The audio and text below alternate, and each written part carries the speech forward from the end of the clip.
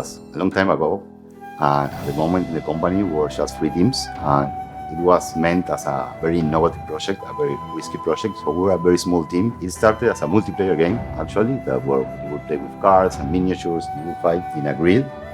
But that proved to be very challenging, and we switched that concept. It wasn't me that I was interested in genre, it was a team effort. The Legend surgió con ideas de un juego de RPG, con un prototipo de combates por turnos, y como que fue creciendo sobre eso. Bueno, ahí fue como que ya empezamos en producción real, a generar contenido. What I started doing was trying to define how everything works, the core of the game, trying to work with the engine and trying to add the gameplay layer to it. Legends of Kingdom Rush is different from other RPGs, mostly because it's thought out to give the players a way to express themselves through the combat mechanics.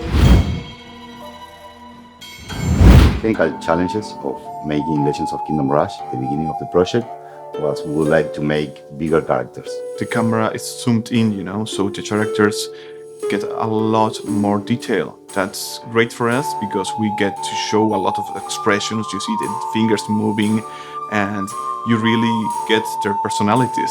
Some came through like this quick, like Rexon and Olok were like really easy to translate because they had a lot of personality. But characters like Gerald was a struggle. We took months to get a design we all felt happy with. We had a huge fight about keeping or not keeping the helmet, for example. There are some little animals, winter animals in the mountain. They are so cute and they were so fun to make, and they really add a little of personality and life to the landscape.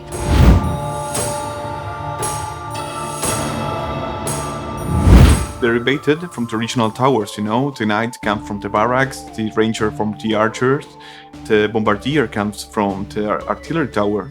It was very important to give each one a distinct personality, like the bombardier, that I love the bombardier. She's just like so full of energy. She moves so fast all the time and I love the voice acting.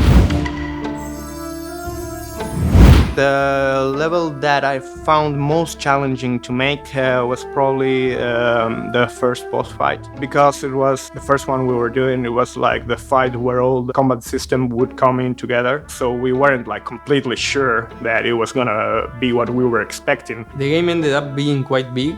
We ended up having like 400,000 lines of code, and we also ended up creating our own scripting language for the combat features, the skills and the definition of the heroes.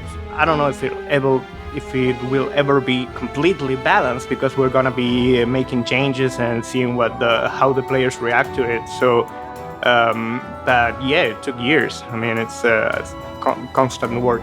It's never gonna be over, I guess. For inspiration in getting into making games, I think it's a combination of all of them. It's hard to choose one game that is inspiration. I've been playing games for a long time since I was a kid, so the motivation for being a game designer or create games is to bring that experience that you feel as a kid to other people. I think that's the bottom line.